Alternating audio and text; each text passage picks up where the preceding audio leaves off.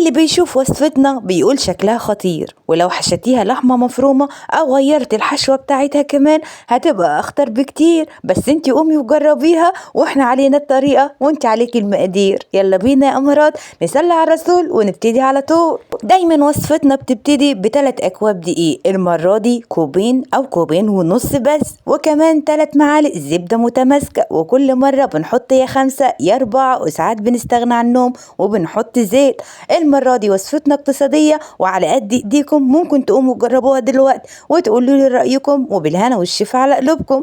الأول لازم نفرك الدقيق في السمنة كده عشان يتشرب الزبدة بتاعتنا كويس جدا. ومعانا يا أمارات معلقتين سكر كبار، ولو بتحب الحلويات زودي السكر شوية، وتلت معلقة بيكنج باودر، تلت بس يا بنات علشان البيكنج باودر وجوده في الوصفة خطير. هنقلب كل المكونات العسل دي مع بعض عشان يتجانسوا والعجينة يخش لها هوا، وبعد كده هننزل بعلبة زبادي طبيعي وتخفقيها شوية بالمعلقة قبل ما تحطيها على الخليط بتاعك، وكمان صفار بيضة واحدة. أيوة وصفتنا اقتصادية. ومعانا يا بنات معلقة كبيرة لبن حليب، لازم لبن، لو عايزة تستغني عنه حطي مية، بس اللبن مفيد مع الزبادي والبيض، وبالهنا والشفا على قلوبكم. وبكده اقدر اقول لكم مقادير وصفتنا اللي زي العسل. خلاص كده خلصت، اقتصادية يا بنات وجربوها، ما بتاخدش لا وقت ولا مجهود، وهو صنف جديد لايام العيد، وبالهنا والشفا على قلوبكم. ولحد هنا خلص دور المعلقة، نبتدي نمارس دورنا في المطبخ ونبتدي بايدينا على العجينة بتاعتنا كده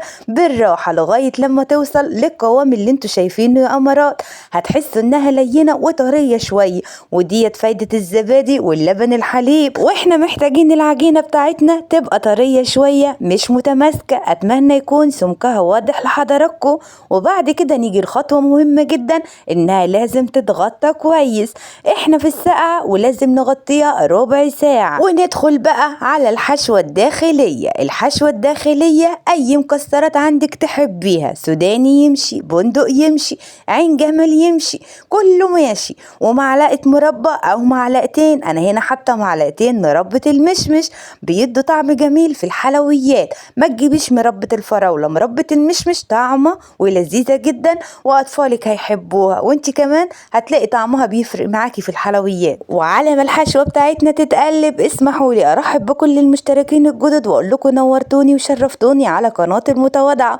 وبالنسبة للأمارات اللي بيتفرجوا على فيديوهات الشورتس بس، يا بنات الفيديو موجود بالكامل على قسم الفيديوهات، هتروحوا هناك هتلاقوا الوصفة بالكامل موجودة. وشرفتوني ومن كل قلبي بحبكم والله في الله. نرجع لعجينتنا اللي زي العسل. هنجيب القطاعة او السكينة لو ما عندكيش قطاعة، وهتقسميها جزئين 2 وهتكوريها كده علشان احنا هنفردها وهنبططها بالفرادة. وبعد كده هيجي دور الفرادة بتاعتنا. العجينة بتاعتنا هتتفرد على هيئة مربع، ولازم تكون على هيئة مربع مش كورة، تخليكي وراها وتخليكي معاها بالراحة لغاية لما تفرديها بشكل مربع. ودايما نقول صلوا على الحبيب المصطفى، بالله عليكم عليه أفضل الصلاة والسلام، وكسبوا أختكم ورود الجزاء واكسبوا معايا الصواب. عجينتنا يا بنات هتتفرد بسهولة جدا لانها طرية. هتجيب الحشوة بتاعتك، والحشوة بالمناسبة ممكن تبقى لحمة مفرومة وممكن تحشيها اي حاجة تحبيها، وهتبرميها كده على هيئة صابع كفتة بس طويل شوية. وبعد كده هنبتدي نحطها في العجينة بتاعتنا ونبرمها بقى بنفس المنظر كده. واكيد كلنا جربنا وصفات كتير زي كده. مهم جدا بعد ما تبرميها يا قمر تثبتي على القفل بتاعها كويس جدا. اقفلوا القفل يا بنات علشان شكل العجينة يطلع معاكم مظبوط، وبعد كده تدولها برمة كمان خفيفة كده عشان القفل ما يبانش وتبقى عجينتكم كلها متساوية. انا عايزاكم تتوصوا بالحاجة اللي في ايديكم، كل ما تدوها حقها كل ما هي هتطلع زي العسل. وبالهنا والشفا على قلوبكم. بالقطاعة يا قمرات او بالسكينة، وهتقطعيها قطع متساوية، ولو عندك حاجة وعايزة تقيسي عليها يكون أفضل، هتطلع معاكي متساوية وزي العسل. وده السمك اللي احنا محتاجينه. أتمنى يا بنات يكون واضح لحضراتكم، شكلها جميل وطعمها ألذ، بس انتوا جربوها.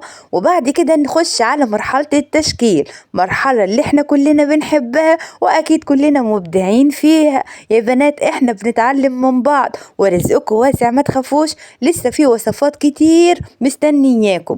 ادعمونا بس وساعدونا كده وشاركونا رأيكم عشان احس بوجودكم معايا. بالمنقاش يا قمر، ونقشتنا سهلة وبسيطة جدا، وهتنقشيها كده زي ما انت شايفة.